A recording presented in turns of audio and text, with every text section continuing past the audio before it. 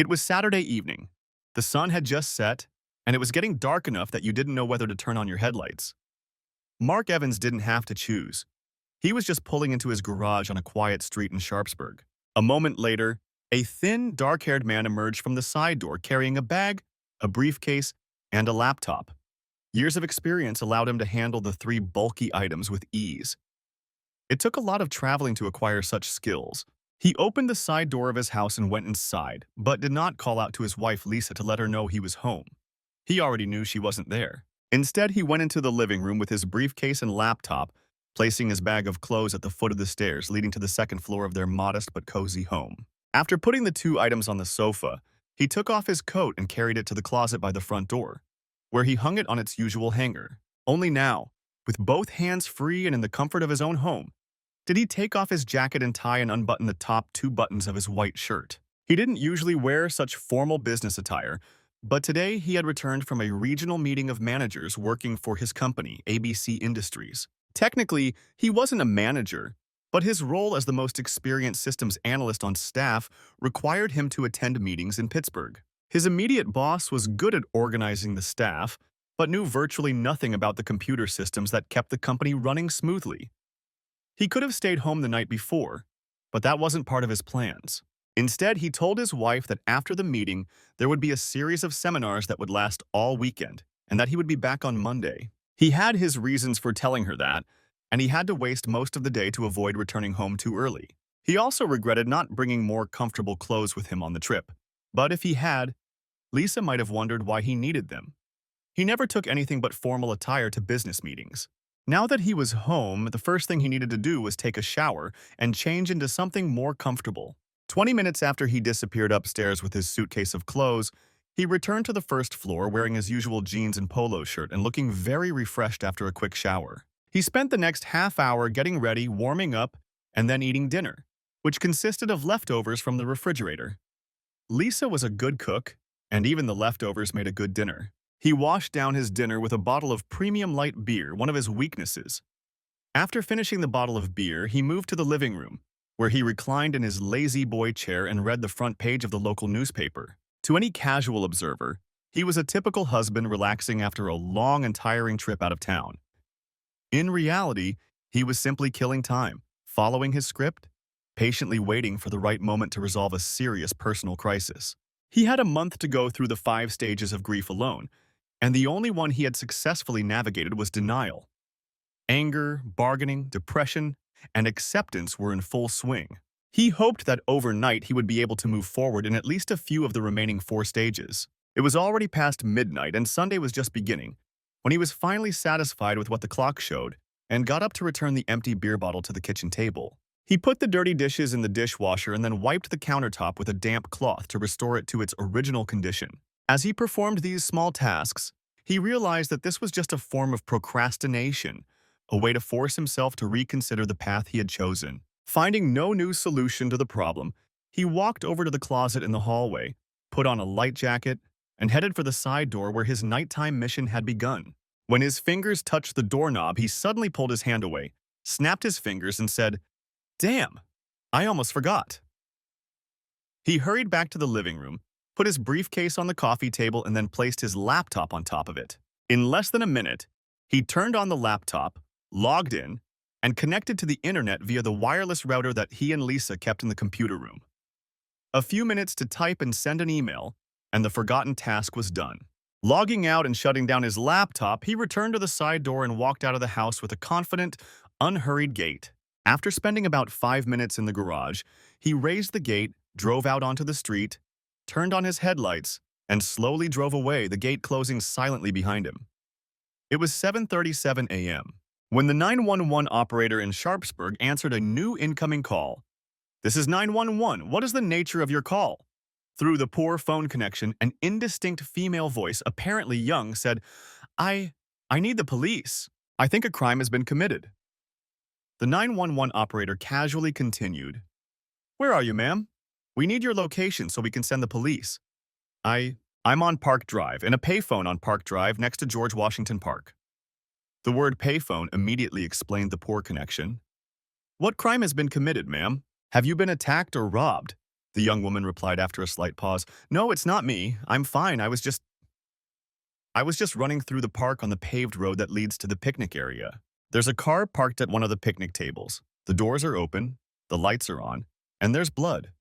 A lot of blood. The 911 operator was now very interested in the call and asked, "Do you need an ambulance? Are there any injuries?" No, no one is hurt. At least I didn't see anyone. There's just an empty car and blood. A few seconds passed before the woman continued. I didn't look around. I was afraid someone would follow me, so I ran here to the payphone to call you. You did the right thing, I'm sure. The car is already on its way and will be there in less than 10 minutes. Please wait for the police and tell them the exact location of the car. The caller, who sounded a little alarmed, replied, No, I won't wait here. What if the person who did this comes back for me? I'm going straight home. After her last words, there was a click, and the call was disconnected. Hanging up, the 911 operator stared helplessly at the screen where the caller's number was flashing. Damn, it must have been a prank call. I hope I didn't distract the police from something more important than a coffee break. It was almost 2 o'clock on Sunday afternoon when Detective Peter Nesbitt suddenly sat up straight in his seat as the car turned into the Evans driveway. He was already getting out of his unmarked car when a pretty blonde with short hair stopped in front of the garage. He quickly crossed the street as she got out of the car and said, Excuse me, I'm looking for Mrs. Evans. She turned, pulled a suitcase from under the seat, and replied, I'm Lisa Evans. She looked at the detective again and continued, Do I know you? No, ma'am. I'm Detective Peter Nesbitt with the Sharpsburg Police Department. I'm here about your husband, Mark Evans. We're trying to find him because his car was abandoned this morning in George Washington Park. He quickly hid his photo ID and badge in his pocket. A moment of serious concern flashed across Lisa Evans's face, but then it passed, and she said, Mark is in Pittsburgh right now. He always leaves his car at the airport when he goes on trips like this, so I don't understand how they could have found it in the park. You must have the wrong person. By this time, Detective Nesbitt had approached her and continued, No, we're sure it's his car. The license plate and VIN number match his registration. Confusion crossed her face, and she began to slowly back away toward the side door of her house. If it's his car, it must have been stolen from the airport. I don't know what else I can tell you. The detective was very persistent and spoke again. When was the last time you spoke to your husband? Can you call him now so we can make sure he's still in Pittsburgh? Does he have a cell phone you can call? Lisa Evans stopped abruptly and turned to the detective. She put her bag on the ground next to her and began rummaging through her purse for her cell phone. He called me yesterday morning from Pittsburgh. If you don't mind, I'll call him right now. She dialed a few numbers on her cell phone, wanting to show the detective that her husband was not in the park. A minute later, the detective's cell phone rang in his jacket pocket. He took it out, put it to his ear, and said, Hello, Mrs. Evans. The surprise on Lisa's face was genuine. A moment later, when the shock had passed, she asked, How did you get Mark's cell phone? The detective hung up and was about to put the phone back in his jacket pocket when she said, You have to give me my husband's cell phone. He must have lost it. I'm afraid I can't, Mrs. Evans. It's now evidence in a possible serious crime. It was found on the floor of your husband's car. Lisa became concerned again and asked, A serious crime? What do you mean? Your husband's car was found this morning in the center of George Washington Park. The doors were open, and there was a bullet hole in it. We searched the park thoroughly, but couldn't find anyone who could be the victim. We really need to find your husband to rule him out as a victim or perpetrator. Could you call him at his hotel in Pittsburgh? Lisa turned toward the house, grabbed her briefcase, and said, Of course, I'll call him. I have the hotel number in my address book. He always stays at the same Holiday Inn. I'm sure he left his cell phone in the car, so it wasn't in the car when it was stolen. Come with me, and we'll get to the bottom of this right away. Detective Nesbitt followed her into the kitchen and watched as she put away her briefcase and handbag, found her notebook, and quickly dialed the number. Glancing distractedly through the hallway into the living room, he clearly heard the hotel clerk say, Hello? Hello, and saw her hang up. Hanging up, she turned to the pale detective and said quickly, Mark was home. His briefcase and laptop are in the living room, on the coffee table. I don't understand. The detective took a step back with a thoughtful expression on his face and took his cell phone out of his inside pocket. He quickly dialed a number and said, Hi, Dave. It's Pete. Get in touch with the duty prosecutor. I need a search warrant for the Evans house. We need to search the house to determine whether Mr. Evans is the victim of a crime or a potential suspect. Bring him here as soon as you get it. I'll be waiting. He hung up and sat down across from Lisa. A search warrant? Why do you need one? You can search whatever you want, just ask for a warrant. I want you to find my husband. Detective Nesbitt looked impassively at Lisa and said, I want to follow the rules, ma'am. If I conduct an illegal search and it turns out that your husband is involved in something illegal, anything I find cannot be used in court. Lisa got a little angry and replied quickly, Illegal? Mark isn't involved in anything illegal. He works with computers, for God's sake. Well, something made him come back to town unexpectedly. Can you think of even one reason why he might be here unexpectedly and without telling you? His wife? Lisa paled again and muttered quietly, God, no, he can't. Oh, no. A look of panic appeared on her face, and she stared at the detective in silence for a few seconds. Finally, she said, I don't know why my husband came home early. All I know is that he wasn't involved in anything illegal. Her gaze gradually became filled with panic, and she continued, Oh God, Mark could be hurt. He could be lying somewhere waiting for help. You have to find him. Seeing how upset she was, Peter Nesbitt showed compassion and spoke to her much more gently. We don't know anything for sure yet, Mrs. Evans. As a police officer, I have to do the right thing. At this point, there is no evidence that your husband has done anything illegal, or that he has anything to do with this at all. While we wait for my partner to get a warrant, why don't you make us some coffee? There's nothing else we can do right now. All our officers are out looking for your husband. His sympathetic tone and comforting words seemed to help Lisa. She began to relax, and the color returned to her face. She stood up and began making coffee for the two of them. However, her calm did not last long, because after Peter's next sentence, Lisa tensed up again and became nervous. It all happened when he said, Perhaps while we're drinking our coffee, you could tell me the details of how you spent the last 48 hours. Before we close the case, we'll probably need statements from everyone who has even the slightest connection to it.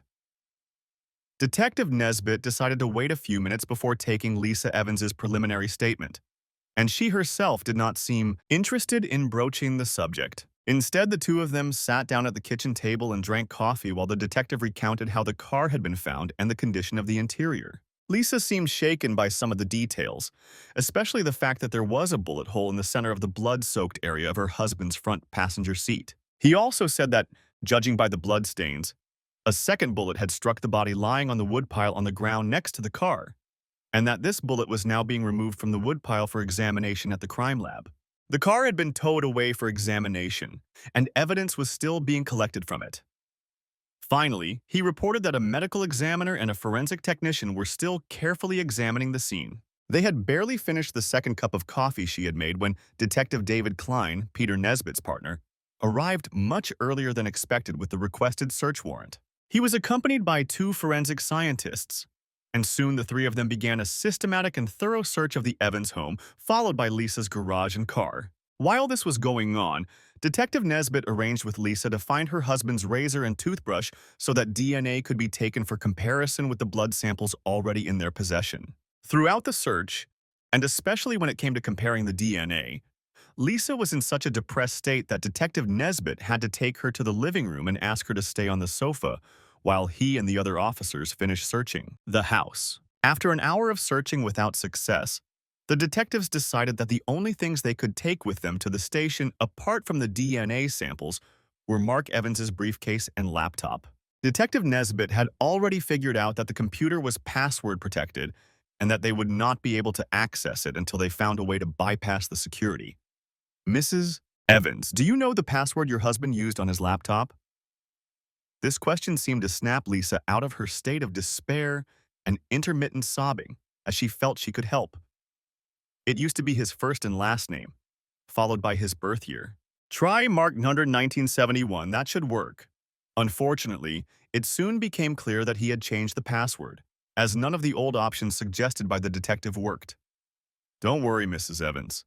Our forensic department has experienced computer technicians who will find a way to bypass your husband's password. With any luck, it won't take long. The two items were marked and placed in the van used by the two forensic scientists.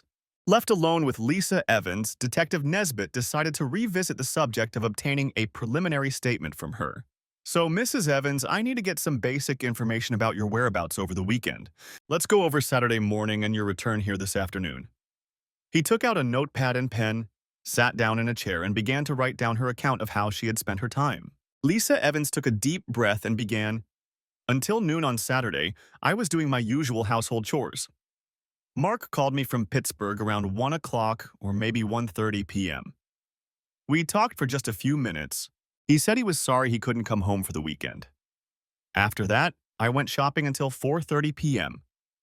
and then I came home. After dinner, around 7:30, I went to a friend's house and stayed there overnight. This morning I got up late, took my time, and, as you know, came home around 2 o'clock.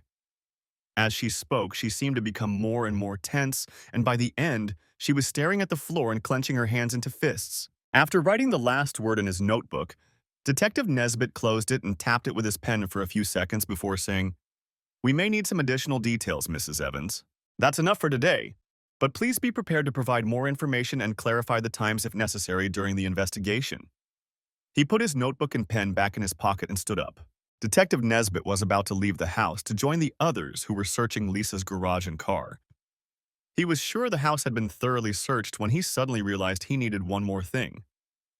"Oh, Mrs. Evans, do you have any recent full-length photos of your husband? A good portrait would be helpful too. All we have right now is his driver's license photo. It would be good to give the patrol officers something less formal." With that, he walked over to the fireplace and began looking through the wedding photos while Lisa Evans quickly went to the bookcase and took out a thick photo album. "Here are some good recent photos, Detective. Take your pick." She returned to the sofa, the detective sat down next to her, and she opened the album. On the last page were several photos that would work for his purposes, and perhaps the best of them. To Mark's right was his wife, and to his left was a tall, well-built man with sandy hair. "This one will do," said the detective, pointing to the group photo. "We can cut you and this guy out." A few seconds later, the detective selected another photo. A very good full-length shot of Mark Evans. "These two photos will be more than enough for our purposes." When Lisa took the two photos out of the book and handed them to the detective, he looked at them again and asked, "Is the guy in this photo with you and your husband a relative of his? If he has a brother, sister, or parents who could provide a DNA sample, that might help if nothing useful can be found on the razor or toothbrush." Lisa quickly replied, "No, that's Blake Moore. He's my husband's best friend from high school. My husband has no relatives nearby." Thanking her for the photos, Detective Nesbitt went out to the garage to join the others. He left Lisa sitting at the kitchen table with a sad expression on her face, on the verge of tears.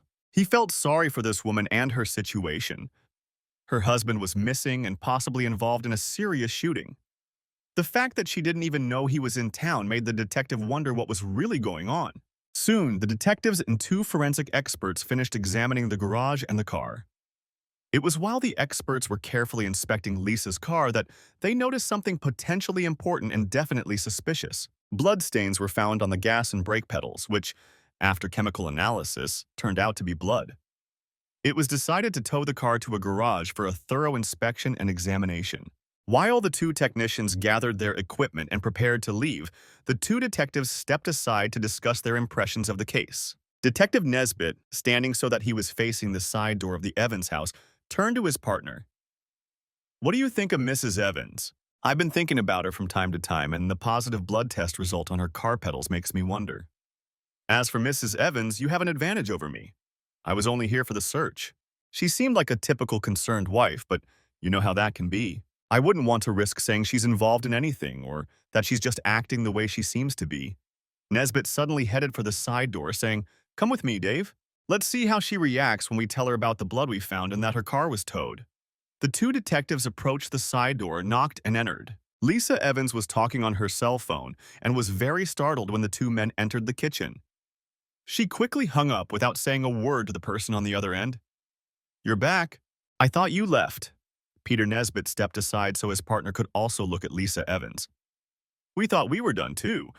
However, forensic investigators found traces of blood on the brake and gas pedals of your car. We're going to tow your car to an impound lot for a thorough inspection. I hope you don't mind." Lisa looked genuinely shocked as she said, "There's blood in my car? How did it get there? I didn't see any blood anywhere." The two detectives looked at her intently and he replied, "We'll probably need to find the answer to that question. At this point, we can't say whether it's related to the incident in the park, but if it turns out that the blood matches the blood found there, you can be sure that we'll insist on getting answers. Oh, and we'll need the shoes you were wearing today." "I wasn't in the park. I haven't been there in weeks. I don't understand how there could be blood in my car. There was definitely no blood in my husband's car, as you described." As she said this, she took off her shoes and handed them to Detective Nesbitt. Then, she slumped down in her seat, covered her face with her hands, and began to sob. Realizing that without additional information there was little they could say or do, both detectives said goodbye and left her in the same position, slumped over the kitchen chair. "What do you think, Dave? Is she what she seems? A wife who loves her husband very much? Or is she just a good actress? Did you notice that she was talking on the phone when we came in and hung up? Whoever it was?" David Klein shook his head and said, "I just don't know, Pete. I just don't know. She seems pretty sincere, but you know how these things are. If the blood in the car turns out to be her husband's, there's a good chance his wife was involved. We see it over and over again.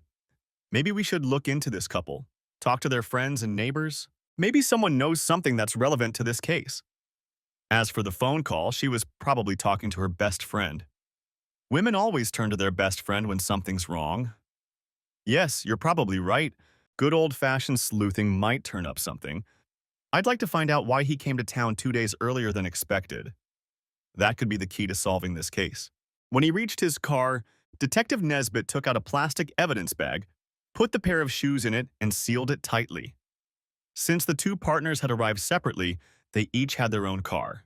Returning to the station alone, they tried to make sense of the evidence presented to them. Unfortunately, neither of them had the wit to come up with anything better than what they had already discussed. The rest of the shift was spent writing reports and doing other paperwork.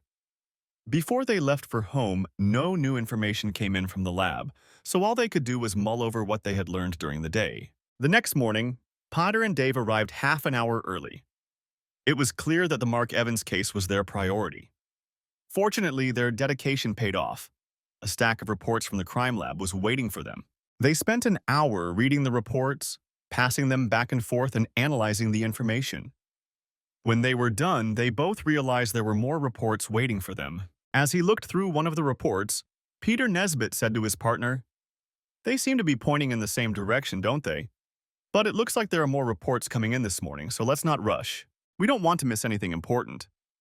David Klein nodded, looked at his partner, and replied, "I think you're right. Let's see if they can find anything else on the computer. In the meantime, we can talk to his lawyer and some of the people he worked with.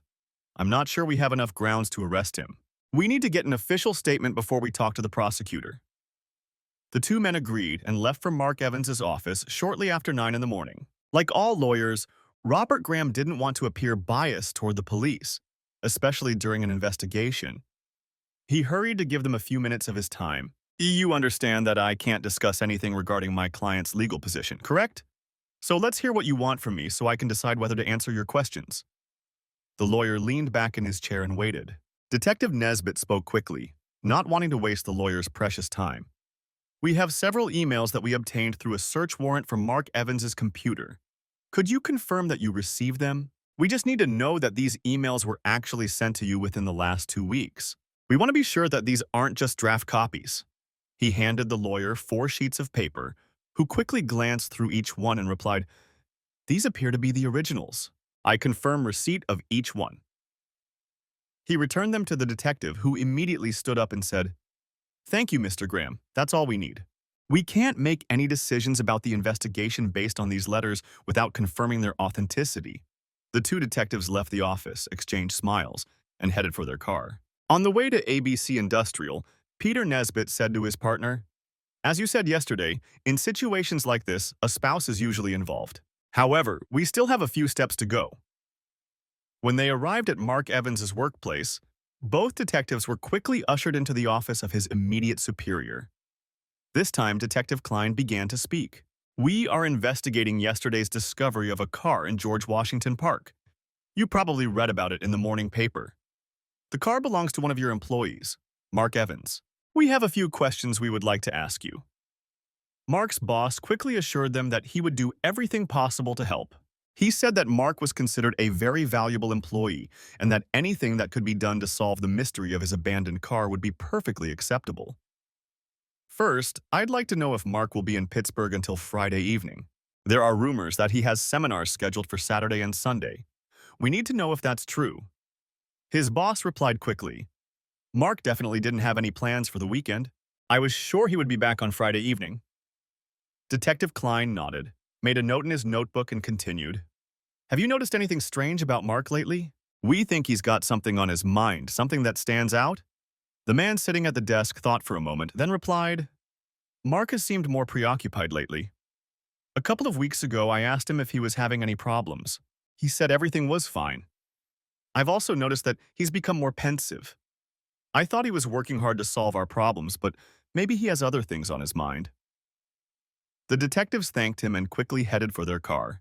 The picture was starting to come together, and both knew that by the end of the day, they had a good chance of making significant progress on the case. By late morning, they returned to the office to find that the preliminary DNA analysis results had arrived.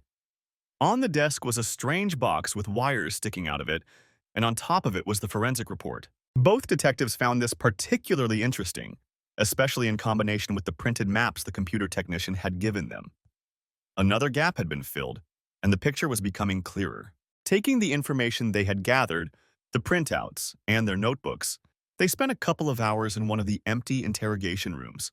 By the time they left, they thought they had a pretty good idea of what had happened in the park, although there were still some very large gaps in the case. They decided it was time to pay another visit to Lisa Evans. This time, they felt they had enough information to ask her some tough questions. Depending on her answers, there might be grounds to call her in for a formal statement. The detectives arrived at the Evans house a little after 3 in the afternoon. They didn't call ahead, fearing she would have time to prepare for their arrival. They wanted to catch her off guard. They approached the front door and rang the bell like any ordinary visitor. Lisa Evans was more than surprised to see the two of them at the door. Detectives, have you found my husband? I've been calling the sergeant every 2 hours and he says there's nothing to report. Detective Nesbitt replied, No, we haven't found your husband yet. However, we have made some progress. We would like to come in and ask you a few questions if you don't mind. Lisa Evans looked a little confused, but then stepped back and said, Of course, come in. I'll do everything I can to help you find Mark. She entered the living room and the two men followed her. When she sat down on the sofa, the detectives took seats in armchairs opposite her. Detective Klein opened his notebook and began the conversation with the question, Is there anything you'd like to tell us about your relationship with Blake Moore? Both detectives decided that asking such a direct question might prompt Lisa Evans to reveal something she would rather keep hidden. This decision was immediately confirmed when Lisa Evans quickly turned pale and said, What? What do you mean by my relationship with Blake? He's my husband's best friend. He always spends time with Mark, but he's just a friend. Her eyes darted between the two detectives. Now Detective Nesbitt joined them. Are you having an affair with Blake Moore or not? The detective asked the question calmly and in an even tone, and now sat waiting for an answer. It was unlikely, but both detectives later agreed that when she was asked the question again, she seemed to turn even paler. Her mouth opened and closed silently several times before she said, Absolutely not. How can you come here and ask me questions like that? Both detectives stood up immediately, and Detective Klein said, I think you'll have to come to the station. We'll take your official statement. Lisa clearly began to panic. What? Am I under arrest? Why do I have to go to the station with you? You're not under arrest yet. We have reason to believe that you have not been entirely truthful with us, and we would like to get an official statement from you. You can ask for a lawyer if you want one. Lisa looked from one detective to the other in panic and quickly replied, I don't need a lawyer. I didn't do anything. If you want me to go to the station and answer your questions, fine, I'll go. I'll do whatever it takes to help you find Mark. Lisa Evans quickly got up to walk the detectives to the car that would take them downtown. She walked ahead of them, so she didn't notice Pete give Dave a thumbs up. After putting her in the back seat, both men got in the front and drove silently to the police station. Upon arriving at the station, the detectives slowly led Lisa Evans upstairs to the interrogation room and then into one of the empty rooms. They chose the darkest room they could find. It needed to be repainted and refurnished. They wanted to create as negative an environment as possible. We'll ask you to wait here for a few minutes while we gather some documents. Are you sure you don't want to talk to a lawyer? Detective Nesbit gave her a chance to make up her mind, but this time she refused, shaking her head quickly. She still looked very beautiful against the dreary interior, although her blue eyes were filled with tears. She sank heavily into one of the chairs and the detective left the room, closing the door behind him. Make sure both cameras are working the whole time we're with her. I need a good recording of everything that's said in the room. I have a feeling we're going to crack this case, and I don't want to miss a word she says. Detective Klein was talking to his boss, the man who would be recording and personally testifying to what was said in the interrogation room. At that moment, Peter Nesbit brought in a list of unsolved cases. He thought about the upcoming interview with Lisa Evans and said, "Let's have some coffee first and give her time to think." Everyone quickly agreed, and the three men left to spend the next 20 minutes in the staff coffee room discussing the case and how they would conduct the interview. Life does not flow in a linear rhythm. Countless events occur in intersecting timelines. While the two detectives were talking to Mark Evans's manager that morning, on the other side of town, a volunteer answered a call at Crime Stoppers. "Good morning. This is the local Crime Stoppers office. We pay up to $1,000 in cash for useful information that helps solve crimes. How can you help us fight crime? Please note that your call is being recorded." There was no answer for a few seconds, and the volunteer sitting by the phone decided that no one was there. But before hanging up, she heard an elderly man's voice. Is this where I can get money if I help the police?" "Well, sir, that depends on what you tell us, the type of crime, and how the police assess your contribution to solving it. Do you have any information about the crime?" There was another silence that lasted a few seconds before the caller spoke again. "So I won't get any money. I'll have to wait. What if the cops are trying to trick me out of my money?" "What then?" "Well, sir, we need to know for sure that you helped. The money isn't from the police, so they have no reason to try to cheat you, sir. Tell me what you know, and I'll give you a code number for later. Call me in a few days and I'll let you know if the information was helpful and how much it will cost." The man became a little indignant. "I need juice now. I need money now." "Well, sir, as you wish." "What do you mean, you need juice? If you're homeless and need food, I can give you the addresses of a few shelters where you can eat." "I don't need food. I need juice. You know, grape juice that sells for $5 a bottle." The woman smiled to herself but said to the man, "I'm afraid I can't help you right now. But if you have good information, you'll probably be able to afford a lot of bottles of grape juice." "Okay, I'll wait.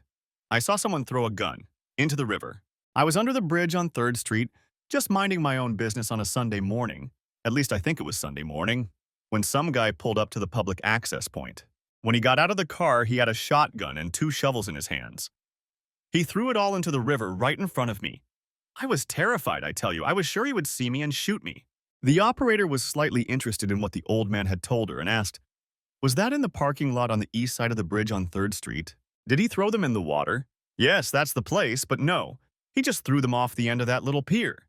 They'll find the guns no problem." He paused before adding, "I can describe him. He was big, with light hair. Not blonde, just light. And his car. It was dark blue. The license plate started with AZSS, and I forgot the rest." Jimmy came over with juice and shared it with us, so I forgot some of the information. But the rest was correct. I lived in Arizona and once had a Chevrolet Impala SS. That's how I remembered it.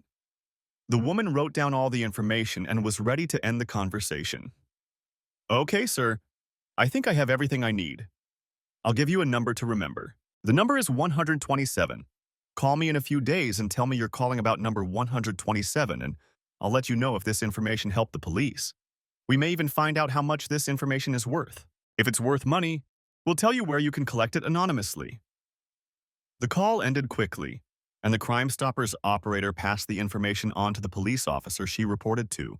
The latter decided to send a diver as soon as possible, as removing weapons from the streets was one of the mayor's top priorities. As it turned out, the police diver arrived at the scene in less than an hour, and it took him only a few minutes to find the 3 items that had been thrown into the river. Reports were filed and forwarded to Crime Stoppers.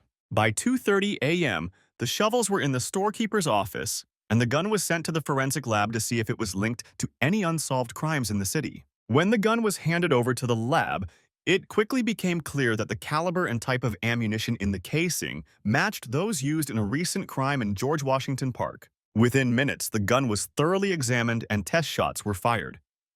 For comparison, it was immediately clear that the bullet matched the one found in the bundle of firewood in the park. The report was immediately sent upstairs to the detectives in charge of the case, and the technician went to the storekeeper with 2 shovels. Different chains of events can run parallel, but they can also intersect. And that's exactly what happened when the detectives and their commander left the staff cafeteria. At the door, they were met by a clerk who was delivering the ballistics reports and Crime Stoppers. "Detectives, I just brought you this information. We have the gun that was fired in George Washington Park. The attached crime report also has information for you. It may even lead you straight to the criminal." The smiling crime lab employee handed both reports to the surprised detectives and returned to his department. Detectives Klein and Nesbitt took turns reading both reports. A few seconds later, they were sitting side by side in front of the computer, pulling up records from the vehicle registration department. When they were done, a short conversation ensued between them. "Pete, I suggest we split up. If you want, I'll start questioning our guest in the interrogation room, and you take a uniformed officer with you and go after Mr. Moore. He needs to be brought in for questioning as well." "Sounds good, Dave. Everything's going according to plan, isn't it?" Detective Klein gathered the reports and information he had collected and headed for the interrogation room, where Lisa Evans was still waiting for him. Meanwhile, his partner spoke to the chief, asking him to help the uniformed officer pay an unexpected visit to Blake Moore. Soon he'd left the building and a patrol car drove to Moore's house. When Detective Klein entered the interrogation room, Lisa Evans sat calmly at the table, her face showing neither sadness nor fear. She seemed to be stoically awaiting her fate, whatever it might be. "I'm sorry to keep you waiting, Mrs. Evans. I'm ready to begin. Please be aware that this room is under video surveillance, and everything we say and do will be recorded." She looked at him with some surprise and replied, "I don't mind you recording us. I have nothing to hide." Rummaging through his papers, he replied, "All right, let's begin." Leaning back in his chair, he glanced briefly at her before getting down to business. "I'll start where we left off at your house. Let me repeat. Are you having an affair with Blake Moore? Yes or no?" His decision to get straight to the point had a noticeable effect on her. She lowered her shoulders slightly and turned away to avoid the detective's gaze. After a few seconds, she replied quietly, "Yes." Detective Klein tore several pages from the stack of papers in front of him. "I'm glad you've decided to be honest with me. We have proof of your relationship printed from your husband's laptop." His words seemed to shock her. She raised her head and looked him straight in the eye again. "What do you mean you have proof? No one knew about Blake and me. Your husband certainly knew, as you can see from these pages. Here is a letter he sent to his lawyer almost a month ago, asking him to begin preparing divorce papers on the grounds of marital infidelity. Here is a map from 2 weeks ago that clearly shows the route you took that day, with timestamps indicating that you spent 2 hours at Blake Moore's house. Here is a copy of the email your husband sent to his lawyer that day, in which he describes how you lied when he called you in the afternoon and asked where you were. One by one, the sheets of paper slid across the table and landed in front of the seated woman. She glanced through the papers several times and looked at the detective, then picked up each one and made sure that each one showed exactly what the detective had said. Finally, she spoke. How did Mark do this? How could he know where I was? This map." She took the detailed map and traced the route that was clearly marked on it, showing how she had gotten from her home to her lover's house. "I don't know how your husband found out about this, but something made him install this device in your car." He took out a small black device, smaller than a pack of cigarettes, and handed it to her. On the side was engraved the name PT200, and below it was the name Rocky Mountain Tracking.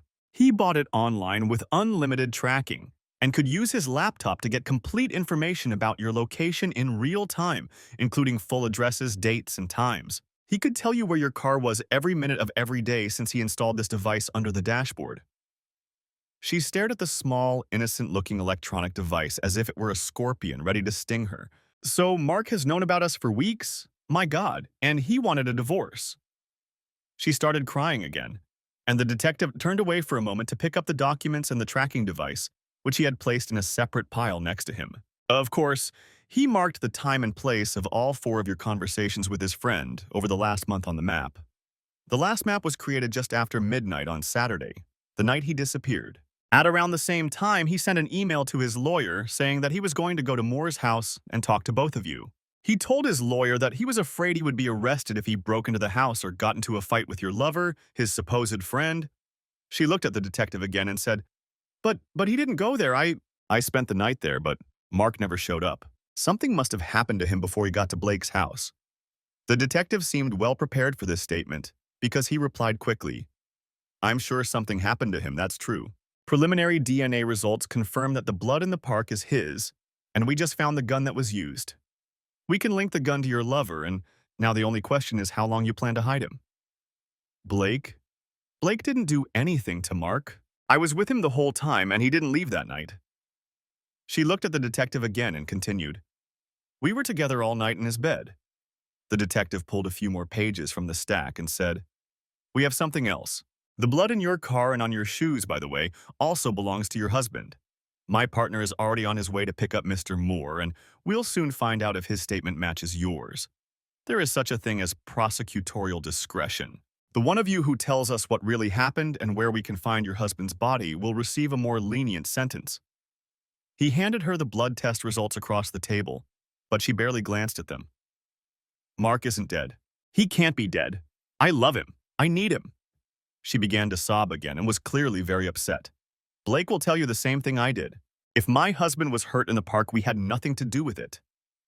She continued to hide her face in her hands and cry, clutching a crumpled, wet handkerchief in her left hand. Detective Klein gave her a few minutes to compose herself, meanwhile picking up the reports lying in front of her and selecting a few more that he intended to use to shock her when she came to her senses. When she seemed to have recovered a little, he said, There is no doubt that your husband is dead. The medical examiner thoroughly examined the scene and concluded that, based on the blood loss and the fact that your husband did not seek medical attention at any medical facility in the county, the probability that he is dead is over 95%. He handed her the report and several 8x10 photos of the scene across the table. One of the photos touched her elbow, and she took her hands away from her face to look at it. It seemed to her that every inch of the photo was covered in blood, although in reality it was a little smaller. She immediately burst into tears again, and the detective checked the documents once more before gathering them into a stack, picking it up and heading for the door. I'll leave you for a few minutes so you can compose yourself. You're not doing yourself any favors by not taking responsibility for what happened. Detective Klein placed the stack of evidence reports on his desk, shook his head as he passed his boss, and headed to the break room for a cup of fresh coffee. His boss continued to glance periodically at the monitor showing what was happening in the interrogation room, making sure that the detained woman was not in any danger. Leaving the station, Detective Nesbitt immersed himself in thoughts about the Mark Evans case. It appeared that they had received enough information from the forensic team to solve it soon. He also wondered if Blake Moore was still in town. If he knew how much evidence had already been gathered, he would probably want to flee the jurisdiction of the police. He pulled up to Moore's house at almost the same time as the patrol car that was supposed to escort him. The two police officers were acquaintances and exchanged pleasantries as they headed for the front door. Detective Nesbitt was almost surprised when Blake Moore quickly opened the door. The man looked curiously at the two strangers standing at his door, one in police uniform and the other with a badge and ID. Yes, officers. How can I help you? The detective replied quickly, I'm Detective Nesbitt. I'm here about the disappearance of Mark Evans. We would like you to come with us to the station for questioning. Mrs. Evans is there now, and we have some questions that require your participation. A tall, heavily built, and rough-looking man quickly asked, Am I under arrest? I know Mark is missing. I spoke to his wife. However, I don't quite understand what you think I can tell you about it. We have a few questions that you may be able to help us with. If you don't mind, we'd like you to come with us, although you're not under arrest. Blake Moore seemed too stunned to resist their request and quickly joined them, heading toward an unmarked car driven by Detective Nesbitt. Once in the car, he calmly agreed to sit in the back seat, and was not at all surprised that the detective and the uniformed police officer took the front seats. According to protocol, when dealing with a potentially dangerous suspect, 2 police officers must be present for backup. The detective first addressed his uniformed partner. Later, one of the patrol cars will take you to the patrol car. When the formalities were over, Detective Nesbitt turned to Blake Moore and asked, Tell me, Mr. Moore, How well do you know Mrs. Evans? The passenger replied quickly. She's just Mark's wife to me. I've known her since he met her. Why do you ask? Just curious, sir. What do you do, Mr. Moore? Blake Moore seemed to relax a little when he was asked this question and replied, I have a small landscaping company, Moore's Landscaping. We do a lot of work for commercial clients. You've probably seen some of our work, as we've even done work for the city. Their conversation continued until they arrived at the police station, where Blake Moore was escorted to an interrogation room next to the one where Lisa Evans was being held. He was also asked to wait alone while the detective gathered the files that Detective Klein had placed on his desk a few minutes earlier. A couple of minutes later, Blake Moore and Detective Nesbitt were already engaged in a conversation that was identical to the interrogation of Lisa Evans, which had just ended. At first, he denied having had an affair with Lisa Evans, but the emails and surveillance reports soon forced him to change his mind. He quickly admitted that they had had an affair that lasted almost 4 months. He categorically denied that they had done anything to Mark Evans and insisted that neither of them had left his house on the night of Lisa's husband's disappearance. As Detective Nesbitt continued to press the suspect, who categorically denied any involvement in Mark Evans's disappearance, a new version of what happened in the park emerged. I had nothing to do with what happened in the park. If Mark had found out about Lisa and me, he would probably have been furious, and who knows what he might have done. He could even have hired a hitman and paid him to make it look like Lisa and I were involved. We had problems because of my relationship with Lisa. What do you mean, Mr. Moore? We have the gun that was used, and a witness described you and your car and said you threw the gun into the river. He even gave us almost the entire license plate number. Don't try to make up a story that Mark Evans committed a carefully planned suicide to frame you and your wife. Blake Moore became very agitated and replied, You don't know Mark. We were best friends since elementary school, but I learned long ago that it's best not to get involved with his girlfriends and now his wife. We were in high school, and one day I got involved with one of his girlfriends. I hooked up with one of his girlfriends behind his back, and when he found out that I was messing around with her while they were dating, he got so angry that he scared me. I'm much bigger than him and have always been stronger, but he scared me. He warned me that he couldn't take it anymore and that I was dead. The detective listened to this statement with a slight smile on his face. So you're saying that you were actually afraid of what he would do if he found out, but you still had fun with his wife? That doesn't make any sense. Blake replied more calmly. Stupid, isn't it? I just couldn't resist her. Over the years, our attraction grew, and finally, a few months ago, I made her a serious proposal. We've been seeing each other on and off since then. I can't imagine how he could have guessed. We were so careful. The detective leafed through a stack of reports before continuing. Yes, it was stupid.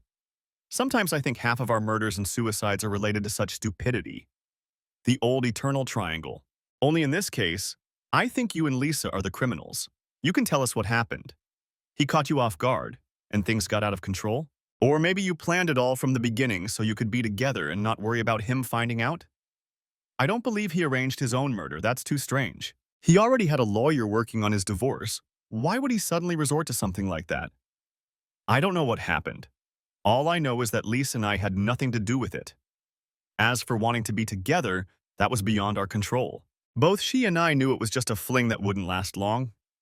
As they say, the rose has already faded. Detective Nesbitt leaned forward and said, We have sufficient grounds to obtain a search warrant for your home, car, and office. I wouldn't be surprised if it's already been done. You'd better confess before we hammer the last nail in your coffin. I'll make you the same offer I'm sure your lover made. First, tell us what happened, and we'll cut your sentence. There's no point in keeping quiet and getting the maximum sentence. Use your head and do yourself a favor. Blake Moore was indignant. I had nothing to do with what happened to Mark. Maybe Lisa arranged something herself, but if she did, I don't know anything about it. The detective took his papers without responding to the suspect's latest version of events. As he left the room, he said, That's understandable. When two criminals work together, one always tries to pin the blame on the other. You can relax a little, because I don't think you'll be leaving here anytime soon. Leaving the interrogation room, Detective Nesbitt saw his partner waiting for him with another report in his hands. Things are looking up. The two shovels found in the river have a stamp on them, saying they belong to Moore's Landscaping. Wow, why do these guys always think we'll never find out what happened?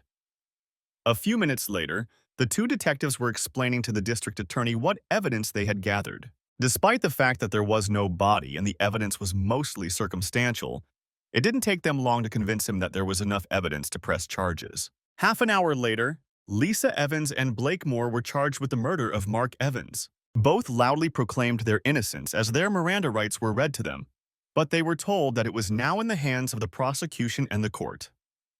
This information did not reassure either of them. After being charged, Lisa and Blake were escorted to the first floor of the police station, where they were fingerprinted and photographed under a serial number. The instruction not to smile in the photos was completely unnecessary, as Blake was frowning with anger the whole time, and Lisa could barely cry and smile at the same time. When they were led back to adjacent cells, they had their first opportunity to talk to each other since the charges were filed. "What are we going to do, Blake? They won't believe we did anything to Mark, will they?" Lisa was still sobbing occasionally, but she had mostly calmed down. "I think we're going to have to hire our own lawyers if you don't want to share one with me. It might be cheaper, and since we're both charged with the same thing, it makes sense. But this whole damn situation is completely wrong. I just know that Mark did something to frame us. I think that bastard paid someone to take him out and then left a trail for the police to follow so they could pin it on us." Mark was clearly still very angry. "You don't believe he could do something like that, do you?" Lisa was shocked by the suggestion, bordering on indignation. Why would Mark commit such a heinous crime as murder? "I don't think you knew your husband as well as you think you did, Lisa. I'm just surprised he didn't do something drastic to both of us the day he found out about our affair. It's a real mystery to me. I knew Mark too well to think he could have put up with it for so long. If I had thought for a second that he would ever find out about us, I would never have laid a hand on you." He then told her about what had happened many years ago when he had played a prank on his girlfriend behind Mark's back. Now they were in their cells, separated by a 6-inch concrete wall, but they could talk freely to each other, standing at the bars and leaning against the wall. "I don't believe Mark is capable of that. I also don't know how or when he found out. I never noticed him treating me any differently. Most of the time when we met, he was away, and we never appeared together in public. The few times we met when he was in town, it was at that little motel on the north side of town," Lisa replied. After thinking for a moment, she continued, "I shouldn't have betrayed him. Even if he hadn't died, he would still want a divorce." Her voice broke several times on the last sentence, as she was clearly upset again. Blake heard several sobs before he spoke. "God, Lisa, stop it. You knew how it would end if he caught us together. When you first came to my house and found yourself with your legs spread on my bed, your eyes were open." His words had the desired effect, and she stopped sobbing. After a few seconds, she said in a quiet voice, "You're right. I can only hope he forgives me." They were silent for a couple more minutes, then Lisa suggested, "I can call Robert Graham. He was our lawyer, and if he represents both of us, we can split the costs." They agreed on this legal solution, and a few minutes later, when she managed to get the attention of a passing officer, she was escorted to a small private room with a telephone and a phone book for her use. The call to Robert Graham was not as straightforward as she had hoped. He informed her that, as he was already Mark's lawyer in the divorce proceedings, he would be uncomfortable representing her. He suggested that one of his colleagues, Basil Smith, a lawyer with extensive experience in criminal cases, act as their lawyer. She quickly agreed, and it was decided that the new lawyer would come to them immediately for a consultation. Blake was glad to hear that the lawyer was on his way and thanked her for calling. They both sat down on a wooden bench attached to the back wall of their cell and spent the next hour waiting, lost in their own thoughts. When Basil Smith arrived, they were both escorted to a small room intended for meetings with lawyers. Basil Smith was a decent lawyer. He was short, stocky, with a shock of dark hair framing a receding bald patch. At least he didn't believe in that awful hairstyle. A dark blue pinstripe suit completed the image of a 50-year-old lawyer. The introductions were quick, and the two nervous prisoners waited while he carefully reviewed copies of the documents detailing the charges against them, which had been handed to him upon his arrival. When he was done, he looked up, glanced at his two new clients in turn, and said, "So, you are both accused of the murder of Mark Evans. What can you tell me about what the officers who arrested you said? You first, Mrs. Evans. Just the basics, please. I just want to have an idea of what we're dealing with." Lisa began to give a condensed account of what had happened since Detective Nesbitt had met her on Sunday afternoon at her front door. When she mentioned the fingerprints in the sketchbook, she began to cry again. Between sobs, she ended her statement with, I had nothing to do with what happened in the park. I love Mark, I couldn't hurt him. Basil Smith paused for a moment to consider her words, then turned to Blake and said, "You're getting sidetracked. I don't need all these minor details." Blake Moore briefly recounted what had happened since the police arrived at his house that day, and his account was far from tearful. He ended his story with the words, "Lisa and I had nothing to do with Mark's disappearance or what happened in the park. I told Lisa and the police the same thing, and now I'm telling you. Mark Evans somehow orchestrated all of this. I'm sure he paid for it, and part of the deal was that whoever did the job would agree to frame Lisa and me." He stared at the lawyer as if challenging him to argue. When Blake repeated his certainty that Mark was dead, Lisa began to sob again. The lawyer glanced at her briefly, then said, "Now is not the time to prove who is right. First, we need to think about what we can do to get you both out of here. We need to think about bail. Based on what you've told me and what I see in the indictment, I believe they will be asking for bail of around $100,000 for each of you. Will bail be a problem, Bill?" Lisa looked shocked and asked, "I need $100,000 for bail?" She was ready to panic, knowing she didn't have anywhere near that kind of money. No, Lisa. You only need 10% or $10,000 in cash to post $100,000 bail. In this state, you don't have to pay the full amount unless the judge requires it," the lawyer hastened to explain. After this explanation, they decided that neither of them would have any problems paying the bail. And naturally, they were very interested in whether they could be released on bail immediately. "Tomorrow morning you will appear in court and your bail will be set. Then you can also take the necessary steps to get out of here. You will both spend the night here, so get used to the idea." Both of his clients reacted badly to this statement. The lawyer informed them that there was nothing more he could do until charges were filed. Once they were out of their cells, he would try to talk to the district attorney to have the evidence disclosed. He felt that the district attorney would better understand their situation if he knew the facts of the case. Both were returned to their cells, where neither of them slept all night. For dinner, they were given greasy takeout food, one blanket each for the night, and in the middle of the night they were awakened by loud cellmates when they met with their lawyer at 10 a.m. The next morning before the first court hearing, none of them looked particularly well. None of the court officials, not even the judge, seemed particularly concerned about their appearance, and their pleas of not guilty were accepted, with bail set at the expected amount of $100,000. Since Blake had a home and a business, he was able to quickly negotiate a $10,000 bail with the court and was out by the start of the day. Lisa, however, was less fortunate. Unlike Blake, she was not the sole owner of their home, so bail was out of the question. To her horror, she discovered that the savings account she expected to have more than $20,000 in was empty. Without that money, she couldn't pay the required bail and, in desperation, called her parents. Explaining the need for bail to her parents was one of the most difficult tasks she had ever had to do. Only after much persuasion did they finally agree to pay the court the missing $10,000. By the time Lisa enlisted her parents' help, it was too late to file the paperwork, and she spent a second night in jail, this time with several drunk prostitutes as cellmates. She spent most of the night awake, huddled in a corner covered with a single blanket. By noon the next day, when all the financial issues had been settled, she was finally allowed to leave the station and return to her empty home. She immediately took a shower, went to bed, and ignored several phone calls, leaving the answering machine on. The next month passed fairly quickly for both defendants.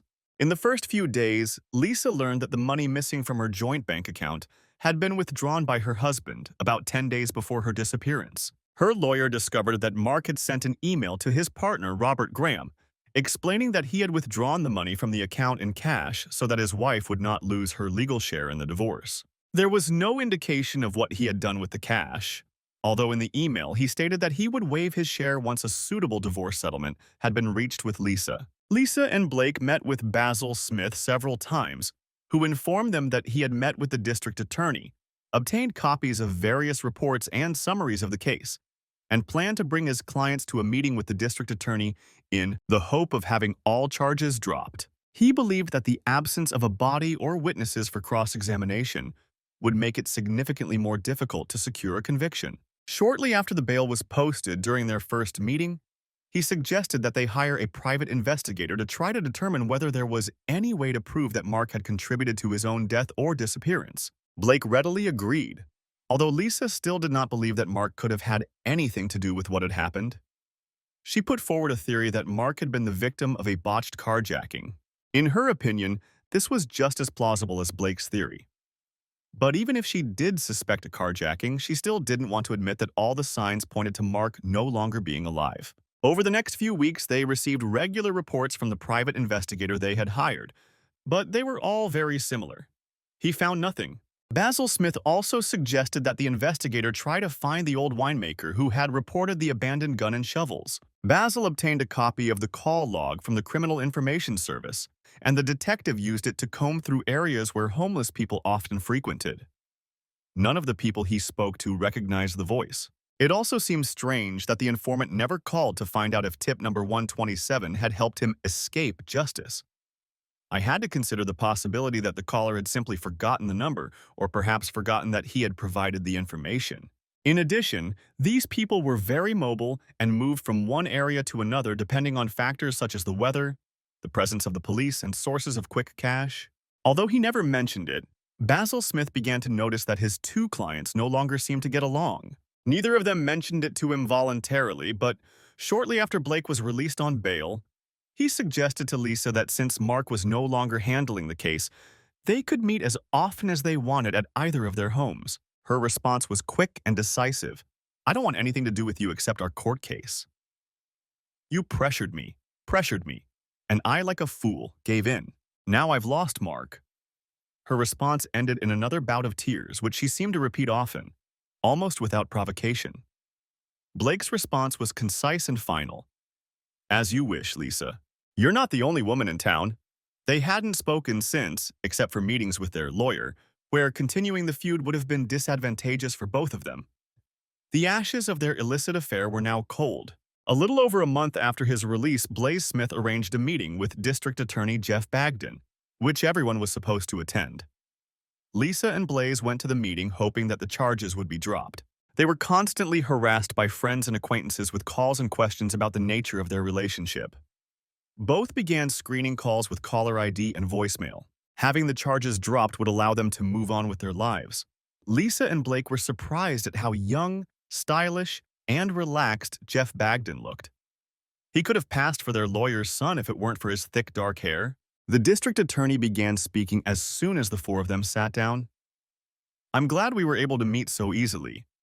Today, I received the final report from the medical examiner, as well as the police and medical examiner's reports. I have carefully reviewed all the evidence and believe it is in the best interest of the community to offer you a reduced sentence of 8 to 12 years for a guilty plea to second-degree murder."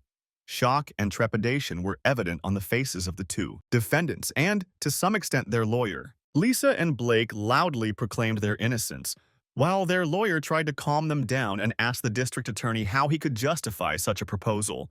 When everyone fell silent, Jeff Bagden began, "Since the initial charges were filed, I have received new reports and information. I will immediately provide Mr. Smith with copies of the new information. The first report is the results of DNA analysis of blood samples taken from the back of the license plate and from the rubber seal on the trunk lid of your car, Mr. Moore. Both samples contained Mark Evans's DNA. The samples were taken pursuant to a search warrant before you posted bail. In addition, a piece of black polyethylene found under the rear wheel of Mark Evans's car matches the brand and type used in your landscaping business." At that, the prosecutor paused, deciding to observe the reaction of the two defendants. Lisa looked more angry than shocked. While Blake was apparently still digesting the facts presented by the prosecutor, Lisa joined the conversation. "Blake, what have you done?"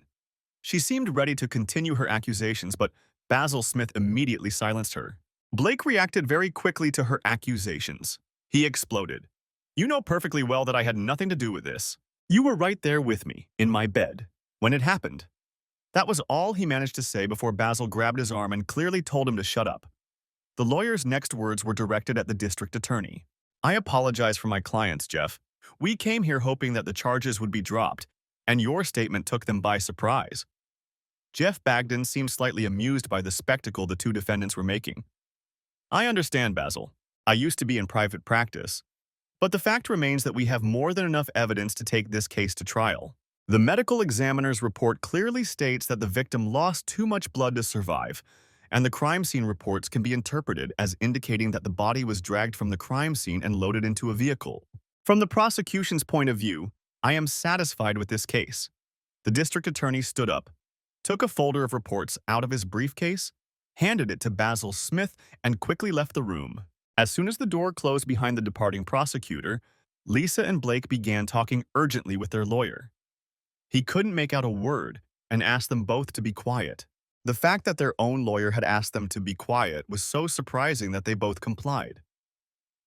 I know you're both shocked and upset by this turn of events. I didn't expect this either. You shouldn't fight over the situation you're in.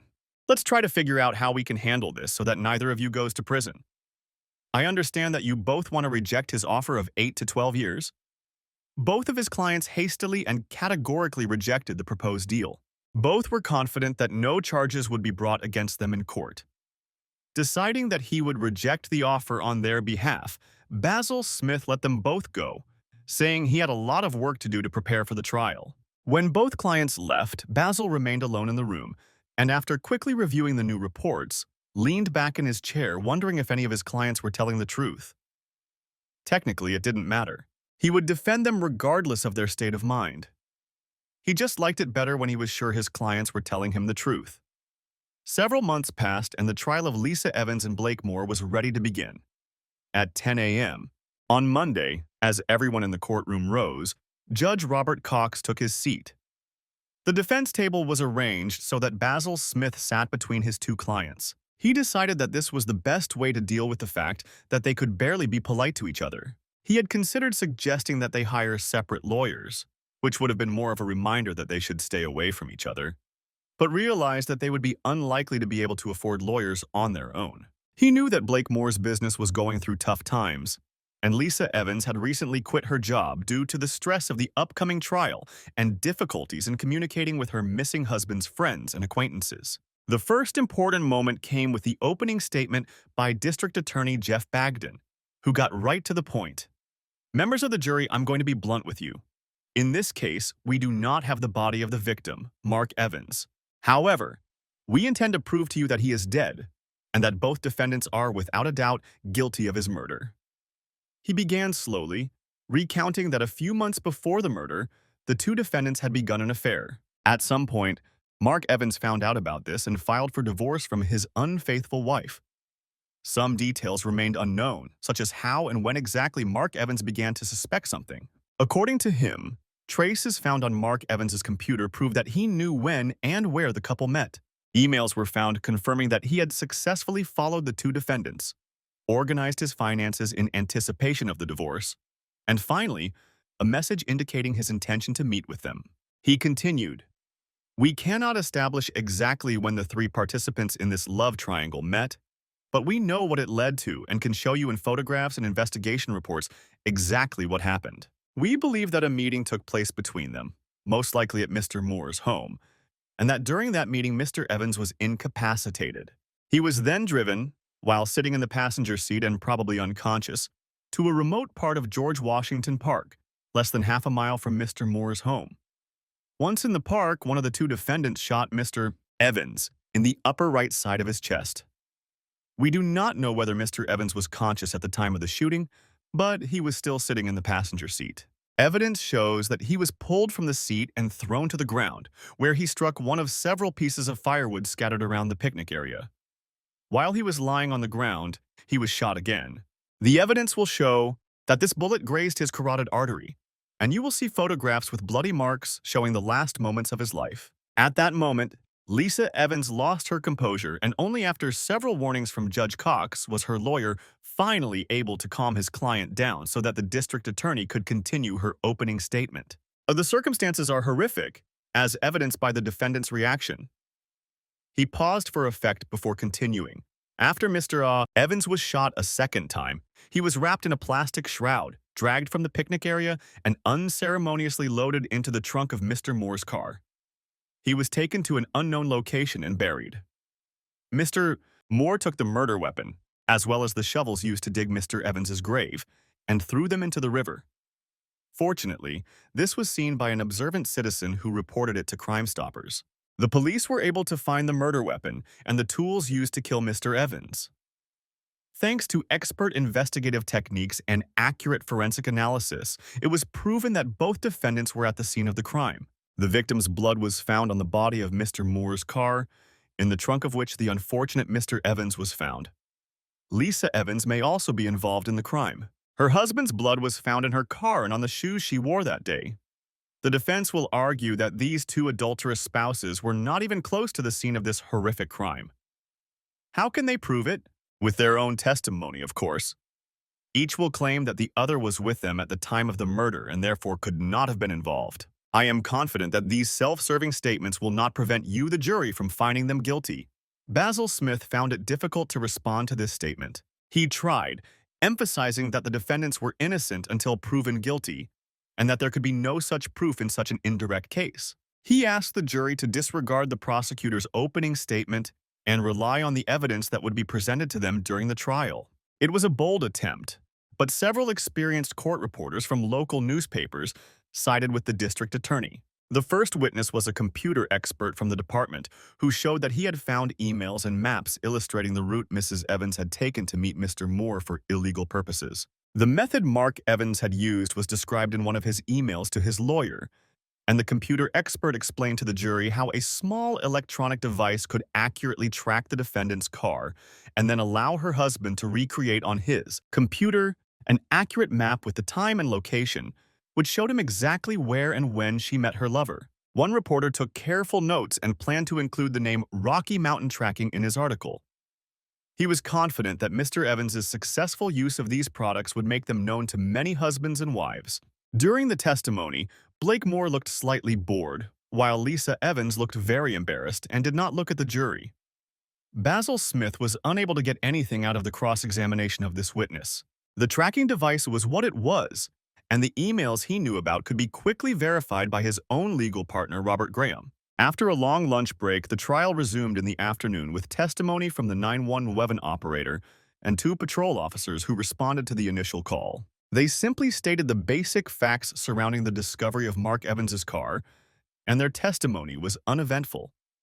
The situation changed when detectives who arrived at the scene after the patrol officers began to testify.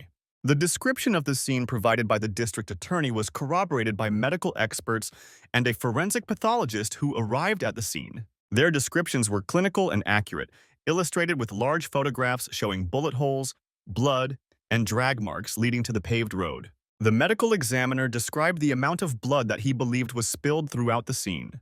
It was impossible to physically measure the volume because it had been absorbed into the sand and upholstery, but he estimated it to be 3 to 4 pints, which is a significant portion of the approximately 10 pints contained in the human body. However, the most convincing part of his testimony was his mention of 4 separate streams of blood that ran from the bullet hole in the blood-soaked log. He showed that they were evidence of a ruptured major artery, and that the force generated by the victim's heart was pushing blood out of the body. He showed that the length of each of the 4 separate streams decreased, indicating that the heart had lost its ability to pump blood. When he said that this proved that the victim was in the process of dying, Lisa Evans again couldn't hold back her emotions. She cried out, "No! Mark can't be dead." Lisa burst into tears, and when it became clear that she would not be able to control her emotions for some time, the judge adjourned the court. The trial was postponed until 10 a.m. the following day. The second day of the trial began just like the first, at 10 a.m. The medical expert took the stand again, but there was little new information.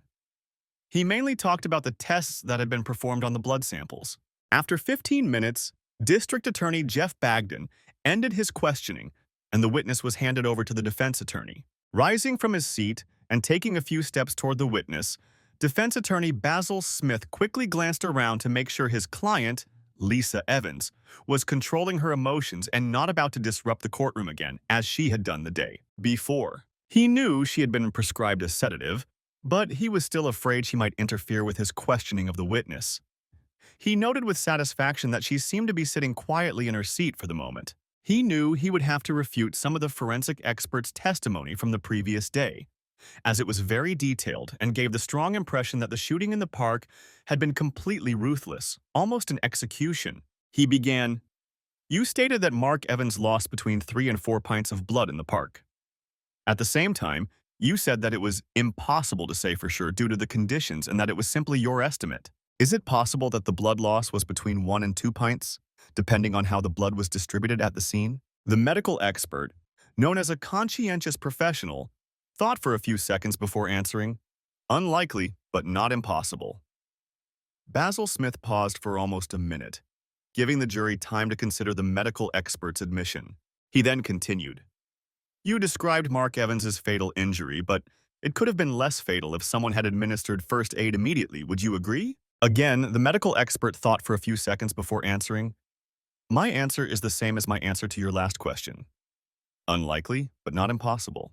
With an injury of this nature, medical attention would most likely have been required within a few minutes. There is no evidence that this happened. The defense attorney quickly said, there is no evidence that assistance was provided, but as you said, it is possible. He dismissed the witness, satisfied that he had obtained a few small concessions from him. The next witness was one of the forensic experts specializing in weapons and ammunition. He testified about the discovery of 2 bullets, one from the seat and one from the woodpile. He showed that the ammunition was of the full metal jacket type, which is often used for target shooting and is standard for the military. The bullet extracted from the car had struck a metal seat support and was badly deformed, but the second bullet, extracted from the firewood, was in very good condition. It was easy to match it with the weapon found in the river. Basil Smith was well versed in ballistics, the science of how bullets interact with the human body. He asked, were the bullets checked for any bone or tissue residue that they passed through before they were retrieved? He knew that such a check could even determine which organs of the body the bullet had hit. The technician confirmed that such a check had been carried out and continued. We found almost nothing on the bullets except traces of blood. The bullet fired into the car seat passed through 2 inches of various layers of padding and fabric. We think this may have cleaned it. The situation was similar with the second bullet, which was stuck in the firewood. The bullets themselves were typical of a military use and had a GMCS, gilding, metal, copper, steel, jacket around the core. This is a copper-steel alloy with a small amount of steel added. He went on to explain that this type of jacket is much stronger than the standard all-metal jacket, which is usually made of copper. This testimony was both good and bad for the defense. He acknowledged that there was no evidence that the bullets had actually passed through the body, but the circumstances and the type of bullets used explained the situation. The hope that the gun could be traced was also doomed. The gun was checked against state and national registries, and all that could be found was that it had been sold at a gun show 20 years ago. There were no records of the buyer. The only thing Basil Smith was able to obtain was confirmation that no fingerprints or DNA from the defendants were found on the gun or the shell casings. It turned out that anything that had not been washed away by the river water had been wiped off before the gun was discarded. It was a small concession, but he was pleased nonetheless. Another technician reported on the examination of 2 shovels that had been found. There were no fingerprints or DNA on them, but both shovels were marked Moore's Landscaping. He also showed that, pursuant to the authority granted to him by the search warrant, he had checked Moore's Landscaping and found 14 other shovels with identical markings. Cross-examination of this witness yielded no results. Throughout the morning and afternoon, a parade of witnesses from the forensic department and detectives from the police department continued. The only serious cross-examination of Basil Smith occurred when the technician testified about the extraction of blood samples from Blake Moore's car. The technician showed that he had found drops of blood behind the license plate and a stain on the foam lining of the trunk. The question immediately arose. Could these stains and drops have been planted by a third party? The technician was forced to admit that this was possible, and Basil Smith returned to the defense table with a smile on his face. The case became a little more complicated when the last technician who had been at Lisa Evans' house was called to the stand. Blood was found in the interior of her car, and later even more blood was found on the sole of her right shoe. It was more difficult to suggest that the blood had been planted. However, he forced the technician to admit that it was impossible to determine whether the blood had been transferred from the shoe to the gas pedal or vice versa. The lawyer hoped that the slight doubt caused by this obvious statement would allow the jury to disregard this evidence against Lisa Evans. As the steady parade of prosecution witnesses gradually subsided, the last witness's testimony ended just as the day's court session came to a close. As a result, the third morning began with the defense getting a chance to present its evidence. In the evening, Local newspapers continued to print their usual articles about past adultery trials and stories based on court gossip. There were several serious articles about the trial, whose authors suggested that it would be very difficult for the defense to refute the evidence presented by the prosecution. They also suggested that since there was no body, it would be difficult to secure a conviction, especially given the defense's apparent strategy of casting doubt on whether Mark Evans was really dead.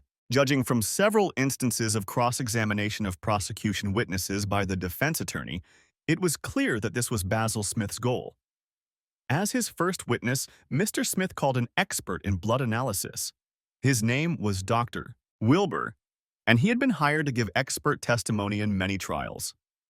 He was immediately asked, "What do you think of the testimony of the medical examiner who spoke about the blood found at the crime scene?" Dr. Wilbur put on his glasses and turned to a small notebook he was holding in his hands. "I believe that the collection of blood evidence could have been done much better. If the blood-soaked soil samples had been analyzed properly, it would have been possible to make a much more accurate estimate of the total amount of blood at the crime scene." The lawyer continued, "Based on your examination of the evidence collected, can you give your opinion on the actual amount of blood at the crime scene?" "I believe it is entirely possible that as little as a cup and a half of blood could have created the pattern captured in the photographs." The final question: do you believe that a person who lost as much blood as shown in the photographs could have survived? Dr. Wilbur answered with one word: yes. The district attorney did not ask him any further questions. After Dr. Wilbur was removed from the courtroom, Basil Smith moved on to the testimony of Blake Moore. Blake calmly and directly stated that he was not guilty of the murder of Mark Evans and personally believed that Mark himself had arranged his own murder. He also stated that he had never owned a gun and that the shovels found in the river could well have been stolen from one of his company's construction sites. Basil Smith wanted the testimony to be simple and quickly turned his first witness over to the prosecutor for cross-examination. Jeff Bagdon's first question was, "Why do you think Mark Evans was the kind of person who would arrange his own murder?" Blake Moore immediately recounted Mark's reaction in high school when Blake started dating his girlfriend behind his back. He told how Mark threatened to destroy him. The prosecutor thought about this for a few minutes and then asked, "So, Mr. Moore, this isn't the first time you've had an illicit relationship with a woman that Mark Evans hoped to protect from his best friend's interference. Don't you think that if he wanted to destroy someone, he would have chosen you?" Blake Moore couldn't answer that question directly, only muttering that he had a physical advantage over Mark and that this would have prevented his former friend from getting the better of him. "So you believe that you were able to physically intimidate your best friend and take his life through an intermediary? This allowed you to take his wife without a twinge of conscience?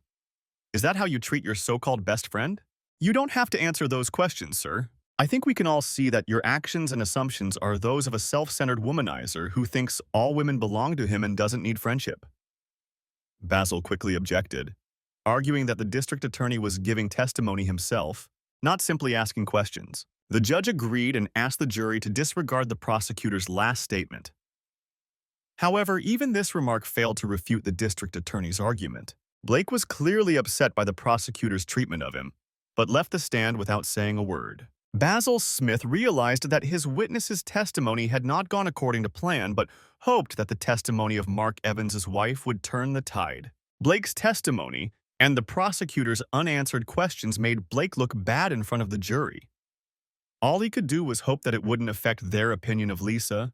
This morning, Lisa Evans appeared in court and seemed to be in control of her emotions. The defense attorney asked her almost the same questions he had asked Blake. She categorically stated that she had not participated in the attack on her husband. She categorically stated that she loved her husband and would never have participated in an attempt to cause him physical harm. When asked what could have happened to him, she suggested that he might have been kidnapped in a car. Basil Smith again decided not to ask the witness any further questions. When the prosecutor began questioning Lisa, he started by asking, "Can you tell me where you were from midnight on Saturday, when your husband sent his last email, until 2:00 p.m. on Sunday?" Lisa was embarrassed by the question and replied, "I told Mr. Smith where I was. I was with Blake Moore at his house from 8:00 p.m. on Saturday until approximately 1:30 p.m. on Sunday." "You didn't answer the question, did you? I would like you to tell us what you were doing from midnight on Saturday until you returned home on Sunday." Lisa was upset and confused. Finally, she said, "Well, at midnight, I was in Blake's bedroom and you know, we were doing it." She had to finish her sentence because the prosecutor urged her to continue every time she hesitated. "How long, let's say, did that last?" He paused, waiting for her answer. We, we, we, we finally went to sleep at 1 o'clock in the afternoon. It must have been a little over an hour." Lisa was again very embarrassed as she answered. "So, from midnight to 1 o'clock in the morning, you were doing that, and then you went to sleep. And then? Continue with the chronology." "Well, we slept until about 5:30, I think. I remember getting up to go to the bathroom." The district attorney asked, "Was Mr. Moore in bed when you woke up?" "Please continue." "Yes, he was there. We went back to what we were doing, went to bed around 6:30, and woke up around 11 o'clock. Her answer was slow, but as she spoke, her words became faster and faster as she clearly wanted to finish her testimony as quickly as possible. "So when you came back from the bathroom, Mr. Moore started doing this with you, and it continued until 6:30 in the morning, at which point you both went back to bed. Is that correct? Is that how it happened?" Lisa was very embarrassed and replied, "No, that's not exactly how it happened. He didn't wake up when I got back into bed. I woke him up." The district attorney was clearly surprised by her answer, but quickly recovered and asked, "You woke him up? What did you do? Shake him by the shoulder until he woke up to offer him the deal?" Lisa looked confused and replied, "No, I mean, he was already ready." She seemed to struggle to get the words out.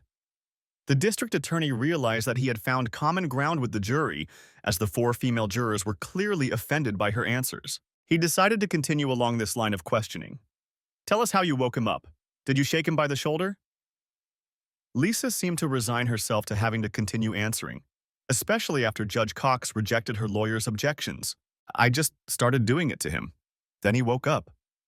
She blushed deeply and turned away from the jury, which was the exact opposite of what her lawyer had advised her to do. He asked them both to look the jury in the eye to ensure they were being truthful. Now Jeff Bagden was ready to deliver the knockout blow. "Earlier, you told your attorney that you love your husband. Is that true?" He waited for Lisa to give a firm yes, accompanied by an energetic nod of her head. Then he continued, "I'm a little confused. You tell us how much you love your husband, but you just described how you spent the night when he killed himself. That night, you spent in bed with his best friend and behaved like a woman who doesn't respect her husband. How can we believe that you weren't involved in his death?"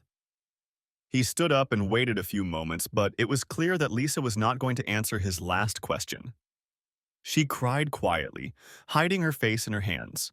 Judge Cox finally put an end to her torment by asking if there were any more questions for the defendant or any additional questions from the defense. When everyone said no, the judge announced a lunch recess. When Lisa finally gathered her strength and left the witness stand to join her lawyer and client, the courtroom was almost empty. The three went to a very gloomy lunch during which the experienced lawyer warned them that the case could go either way.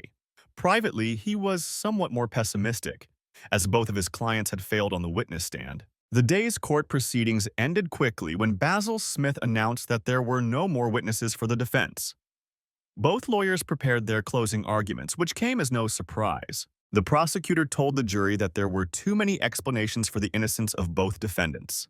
The defense attorney emphasized the circumstantial nature of the case, the absence of a body, the possibility that he might still be alive, and the fact that no real motive for Mark's murder had been presented. The case was handed over to the jury at 4 o'clock in the afternoon, and they deliberated for 2 hours before retiring for the night. The next morning, Lisa and Blake went to Basil Smith's office to wait for news of the jury's verdict. While the two clients waited in one of the conference rooms, Basil Smith attended to other matters. He warned them that it could be a long time before they heard from the court. And he was right. Despite having to share the conference room, Lisa and Blake put aside their differences and discussed the chances of an acquittal. Both remained hopeful, but neither could accept that the jury would find them guilty of murder. Finally, at 3:30 p.m., the phone rang. The jury had reached a verdict.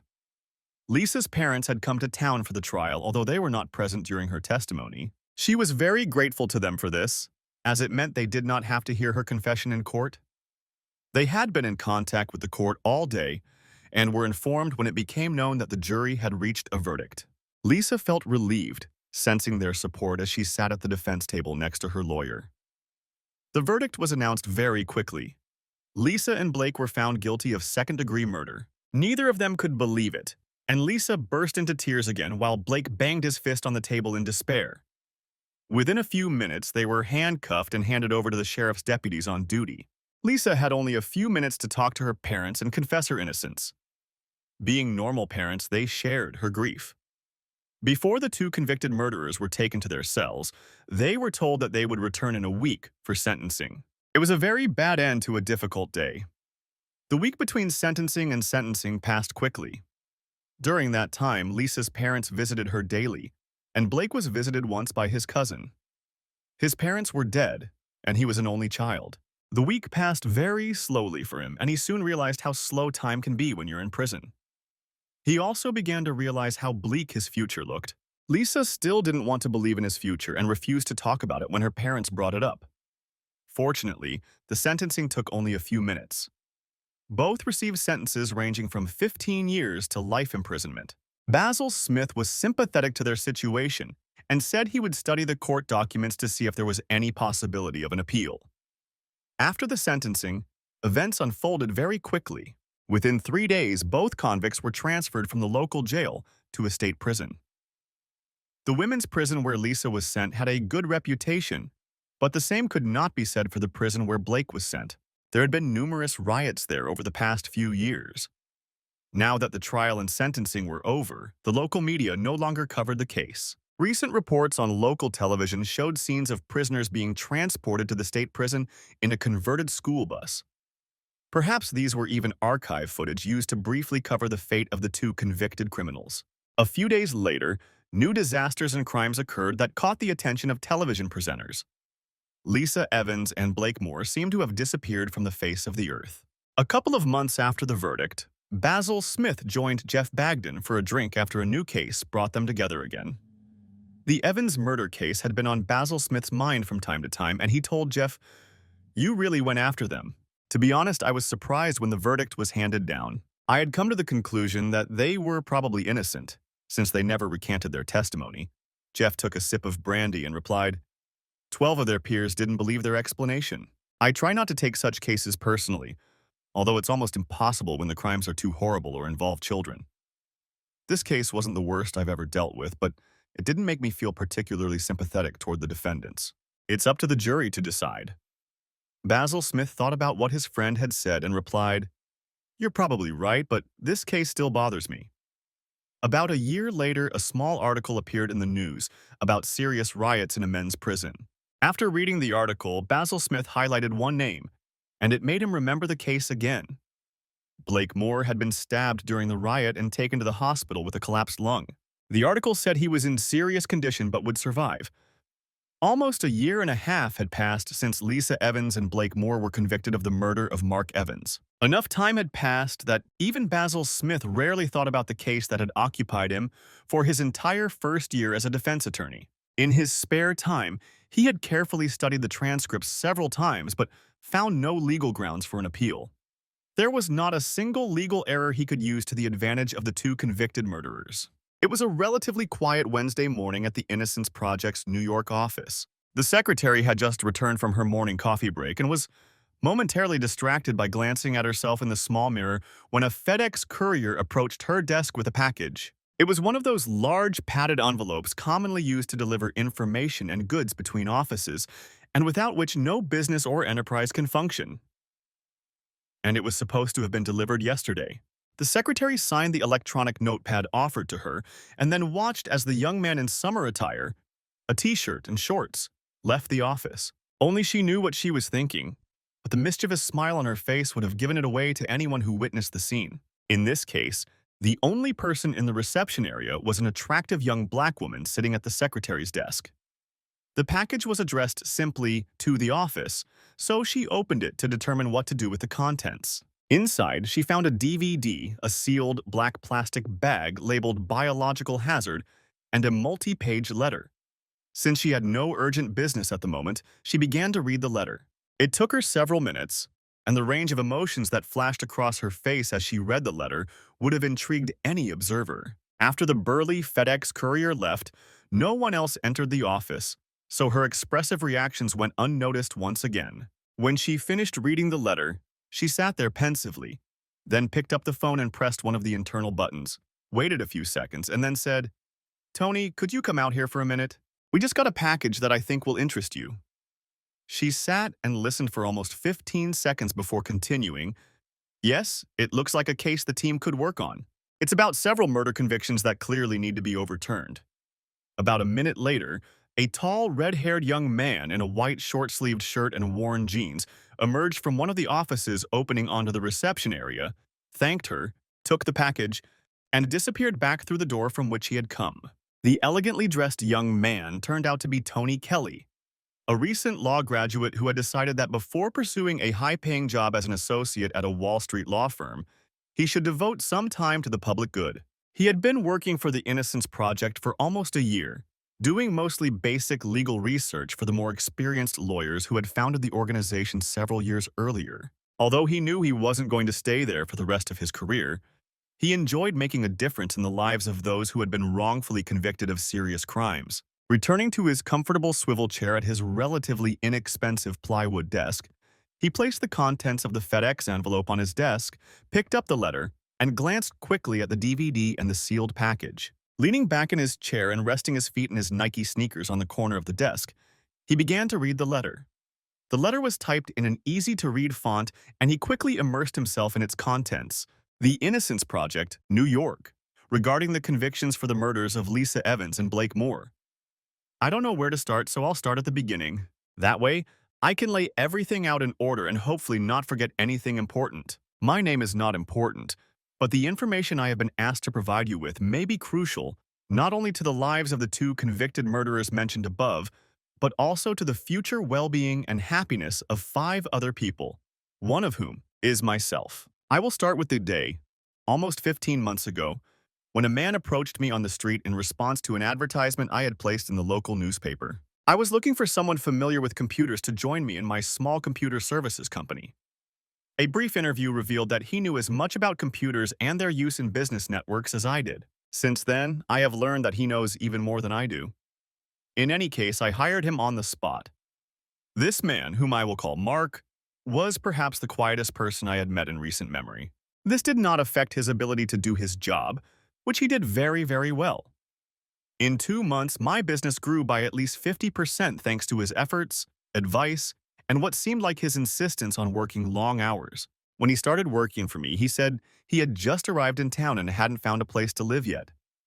Since my business was just getting started, I thought about renting out the basement of our house for some extra income. I wanted to invest the profits from the business in its development so that it would grow and eventually provide a livelihood for me and my young son. I knew I was taking the risk by renting the room to Mark, but something about him convinced me that he wasn't a threat to us. We started living according to our usual schedule, which has remained the same to this day, although the dynamics have changed. For the first 3 months, he lived in the bedroom in the basement, but ate with us, and we drove to and from work together every day. At first, he always returned to the office to work overtime without asking for payment. He always told me that he preferred to spend his time productively rather than watching TV or sleeping. Over time, our relationship grew from that of boss and subordinate to friendship, and eventually became what it is now, a loving family relationship. My son calls him Dad, and that's what he is in every sense of the word. From the very beginning, I realized that something was bothering Mark deeply.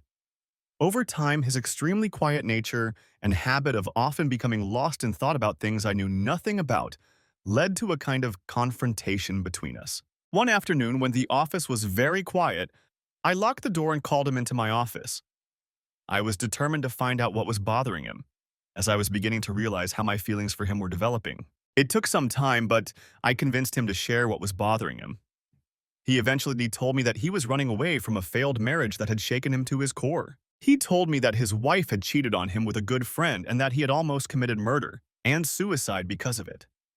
We continued talking until the end of the day, sharing our experiences of unfaithful spouses. My husband had left me for another woman, and Mark had left his wife because of her affair with another man. We found common ground, and our conversation seemed to help him overcome one of the last obstacles to freeing himself from his past. That conversation also became the catalyst that brought us closer together. We started seeing each other on weekends, maintaining two separate relationships, employer and employee during the week, and man and woman on Saturdays. After a month of this, it made no sense for him to keep his bedroom in the basement, so he moved into my bedroom. From that moment on, we became a family, although I still felt that he was hiding something from me. We continued our relationship, growing as a couple. I know that I love him, and I am sure that he loves me and my son. I really have to say our son because that is how he treats him.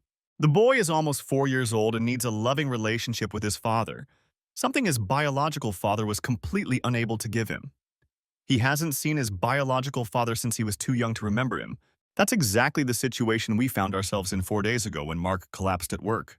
It took 3 days in intensive care to determine that the problem was heart-related and that he would need open-heart surgery to correct a condition he had apparently had since birth. Once his condition stabilized, he was moved to a private room. Now he was conscious, and we could finally talk. When I first entered his room, I knew immediately that something was wrong and that something was bothering him deeply. And then he told me that he was afraid of dying with him if he didn't have heart surgery. It was very important to him to finally close this chapter in his life. He told me this story throughout the day, and when I agreed to type it up for him and send it to you, he felt a heavy weight lift off his shoulders. He is now asleep, and I am typing this on my laptop, and that is, our son is lying on the bed next to him, also asleep. I think I will have most of the night to finish this letter. I still need to go home, burn a DVD, which I will tell you about later, and pick up a few more things before I can send you this information. I really want the letter to be ready by tomorrow. I also need to figure out how to send the letter from a place where it can't be traced back to us. The story my husband, who means everything to me, told me began almost 2 years ago. He was happily married to Lisa, and their marriage had lasted almost 6 years. One evening, without knowing why it caught his attention, he noticed a small oval bruise on his wife's right breast. At first, he thought it was just a bump that had appeared when she bumped into a piece of furniture at home or at the office where she worked as a part-time secretary. He said it started to bother him when he was lying down because it looked more like bite marks than a bruise, and he knew it wasn't his fault. These thoughts kept him awake most of the night, and he came up with more and more theories about how the bruise had appeared. The next day, when he went to work, he couldn't get them out of his head. When he arrived at the office, he decided he had been foolish. After all, he had no proof that anything bad had happened. He decided it was all circumstantial evidence. Before lunch, the manager of the parts delivery department came into his office. He had ordered a tracking device for trial use to better coordinate the delivery service. He wanted Mark to evaluate it and give his recommendations. Mark was given the device, the software, and all the instructions for using it. It didn't take him long to decide how he would test it. 3 days after installing the device in his wife's car, he was sitting at his desk and decided to check the monitoring program to make sure it was still tracking his wife's car. She had told him she was going shopping after lunch, but the tracking device showed that she had left the house and was heading straight for the home of Blakemore, his best friend. An hour later, he checked again, but her car was still there. Unable to believe that something was happening, he called her cell phone.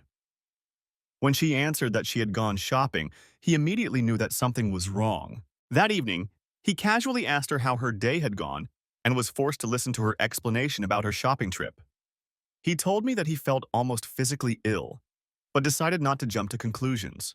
He decided to watch her for another week while he was away on a business trip. He managed to track her car across 3 states as she spent time at Blake's house from 8 p.m. to 2 a.m. When he spoke to her the next day, she told him she had been home all night. Apparently, the shock of confirming her infidelity was too much for him. When he returned from his trip, he thought about revenge. He knew that his friend Blake was a real womanizer, but he never thought he would have his eye on Lisa. Besides, his wife's infidelity had almost broken his heart. On the first evening after returning home, he stopped by the elderly widow next door, ostensibly to borrow a wrench from her late husband's toolbox. Mark knew that her late husband had long ago hidden a gun at the bottom of his large toolbox, probably because his wife had forbidden him to keep a gun in the house. He had shown it to Mark once when they were drinking beer. Instead of a pipe wrench, Mark found a revolver in the box and took it out. As he explained to me, he intended to use it to kill Mark and Lisa and then kill himself. He decided to wait until they met again when he was in town. He could easily quit his job and go to Blake's to catch them together and get his revenge. Since he would have to keep track of his wife's car for several weeks, He ordered one of the tracking devices for himself so he could return the one he had been given to study. Fortunately, Lisa and Blake didn't make a date for almost a week, because if they had, my son and I would never have had the pleasure of seeing Mark. During those days while he waited for them to meet, he came up with a better plan. He decided to frame them for murder and told me how he would do it. It took him a whole week to develop the plan and another week to gather everything he needed to carry it out.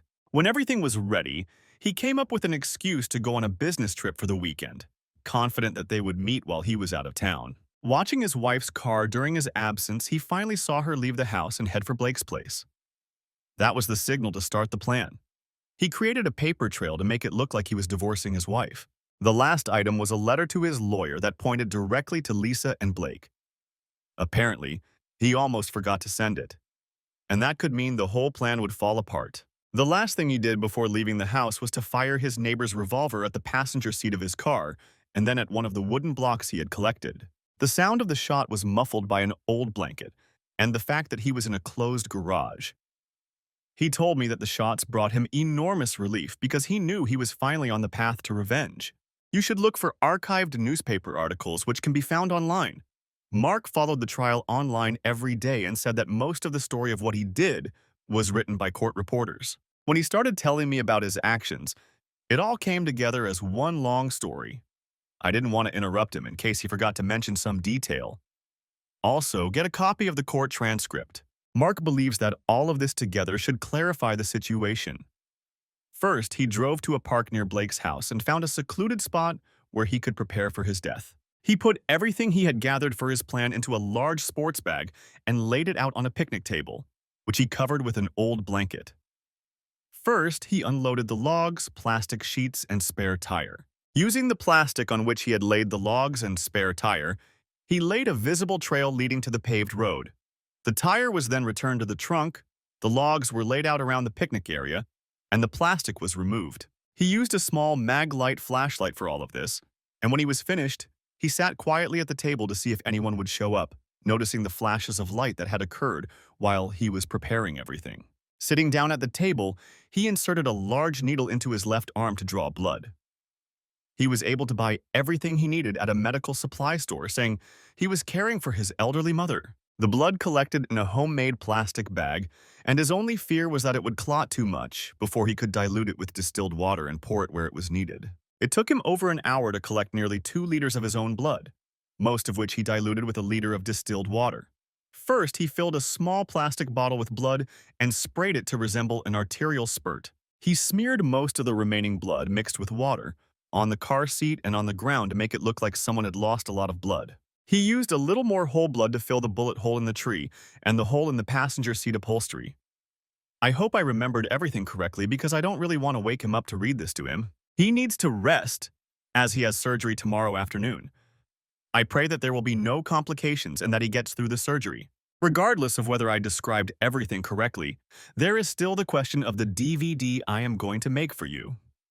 Mark photographed everything that happened in the park with his digital camera, taking a kind of before and after pictures. He said there are even pictures of him taking blood from himself. I haven't seen them, but he gave me the password so I can access the photo files on our server at work. They've been there since he started working with me, and I didn't know about them. His souvenirs, as he called them. Apparently the photos turned out pretty good, even though he had to take them with a small flashlight. He was afraid someone would see the flash if he turned it on. Anyway, after finishing with the car and the blood in the park, he packed everything into his gym bag and left the park. There was an old car on one of the side streets that he had bought specifically for this purpose, and he told me how he almost got to it. Despite drinking a lot of fluids and taking supplements, when he got to the car, he was very dizzy from the blood loss. He rested in the car until almost 6 in the morning, but knew he still had to get to Blake's house to finish what he had started. Lisa's car was still there, which he hadn't expected at all, and it wasn't locked. He decided that this was a real bonus for him, as he had managed to squeeze a couple of drops of blood onto the gas pedal. As he moved from Lisa's car to Blake's, he noticed that a dim light was on in Blake's bedroom, and was very afraid that one of them had seen him. As soon as he smeared the blood on Blake's car, he hurried away. From Blake's house, he went to a payphone on the opposite side of the park. Right after dawn, he called 911 from the payphone to report his car in the park. He had installed a professional voice-changing device on the phone, which he had purchased at a spy shop in Pittsburgh, and used it to make himself sound like a woman. It worked perfectly, as he could change the timbre, tone, and pitch of his voice. Then he went to the river pier, where he dropped Blake's 2 shovels and the revolver into the water. When he had done all this, he told me he felt very exhausted. It seemed to him that until that moment he had felt a surge of strength from the realization that nothing in his plan had gone wrong. About a mile away was a small motel where he had already booked a room, and he went there to lie low and rest. He spent 2 days there taking vitamins and eating energy bars. I'm a little confused about the chronology of events, but at some point he got hold of a voice-changing device and called again, this time pretending to be an old man. That call helped the police find the revolver he had thrown away. That's probably all he told me. I'll read it to him in the morning and correct any mistakes. I really hope that when he sees that I've prepared everything for printing, he'll calm down. The only reason he told me this story and insisted that I send it to you is because he wants to sever the last tie that binds him to his former life as Mark Evans. Shortly before he came here, he acquired the identity he now uses and under which my son and I know him. He wants to keep that identity and never be Mark Evans again. Please do everything you can to overturn the sentences of Lisa Evans and Blake Moore. Tomorrow, I will buy a copy of the New York Times and an inkwell. We will take a piece of the front page and print Mark's fingerprints on it so that they are clearly visible. Then we will prick his finger and leave a large bloodstain on the paper. When it is compared to the DNA from the park, it will be proof that he is alive. All of this should be enough to get them out of prison. That was the end of the typed letter, but at the bottom was written by hand. Acquaintant Dukes. Mark came out of surgery in very good condition. He wants me to fly to Seattle tomorrow and send this package. I don't want to leave him, but I know he'll feel much better once it's sent. I already told you that this affects 5 of us, but I guess I didn't explain what I meant. Mark and I are expecting twins, who are due in about 3 months. Tony Kelly turned to the last page to see if anything else had been written, but it was blank. He swung his legs off the edge of the table and turned to look at the rest of the items in the package. The DVD was labeled Photos Taken at George Washington Park. On the back of the black plastic envelope was scribbled, Fingerprints and DNA. He flipped through the printed pages again, checking for additional writing on the back of each one, then called one of the senior attorneys. He couldn't handle this alone.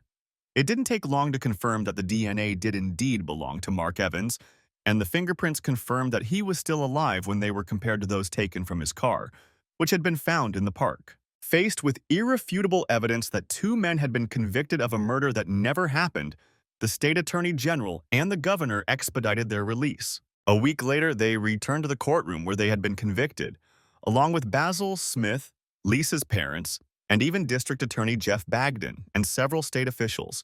The state attorney general apologized to the justice system and the state for their wrongful conviction. He also stated that there was no doubt that Mark Evans was responsible for this whole unfortunate incident. The justice system had worked, but thanks to the efforts of one determined individual, it had been diverted from justice. He then stated that his office would make every effort to find Mark Evans and hold him accountable for the significant amounts of money he had caused the city and state to spend. The costs of police, forensic, and legal proceedings, as well as imprisonment, would be calculated, and he intended to seek reimbursement. Charges would also be filed. However, when a reporter asked him if they had any ideas on where to start looking for Mark Evans, he just shook his head. Blake Moore seemed to have changed for the better. The confident and arrogant man had been replaced by someone who was much more willing to compromise. He apologized to Lisa for provoking the chain of events that had resulted in them spending almost a year and a half in prison. Lisa didn't seem to pay any attention to this. She seemed desperate and wanted only one thing, to leave the courthouse with her parents. Before they left, both Basil Smith and the district attorney apologized for what had happened. Both lawyers believed they had been misled by Mark Evans's scheming. They both felt they should have been smarter and not allowed themselves to be fooled by a vengeful husband. Later, they both decided that in the future, they would pay much more attention to the details of their cases. Although the state prosecutor concluded that the state was not liable, Lisa and Blake received a payment of $50,000, waiving their right to further legal action or compensation. Shortly after receiving the check, Blake Moore left town. His business went bankrupt, and his house was sold to pay court costs. Nothing was holding him back. The only thing he said to Lisa after they were handed their checks was, "Mark really screwed us over, didn't he? This check is only a fraction of what my house and business would have been worth if he hadn't found out about us. I don't want to say I told you so, but I knew he was setting us up." Lisa was a shadow of her former self. She lost the house she and Mark had owned due to non-payment and foreclosure. In prison, she lost weight but gained what could be called worry lines that she hadn't had before. She looked hopelessly lost and accepted the check as if it were just a piece of paper. Putting it in her purse, she said, "I think we deserve this, Blake. I don't even care how long I spent in prison. It only cost me 18 months of my life, but I lost Mark forever." She left with her parents without even saying goodbye. 2 weeks after the cable TV report on Lisa and Blake's release, a courier arrived at Basil Smith's law office with a large envelope. Inside was a short note for the lawyer and a sealed envelope addressed to Lisa Evans. He agreed to give her the letter on his way home. At exactly 5 o'clock in the evening, the lawyer knocked on Lisa's door. After a brief and polite conversation, he left her standing at the door, looking at the envelope with apprehension and a glimmer of hope. Finally, she took the envelope to the kitchen and stared at it for a few more long seconds before opening it. The familiar handwriting on the envelope told her it was from Mark, and she knew she had to read it. "Lisa, I want to apologize for making you spend so much time in prison. I've never been a vengeful person, but the fact that you and Blake betrayed me practically drove me insane. My new life and the happiness I've found have finally made me realize that until I freed you both, I was just as much a prisoner as you were. I know the authorities will be looking for me for a while, but I'm confident that with my new life and new family, I'm safe. Good luck and goodbye. M." The short letter slipped from her hands and fell to the floor, taking with it her last faint hope of reconciliation with Mark. Thank you for watching. I hope you enjoyed it. Please subscribe to my channel and follow me for updates.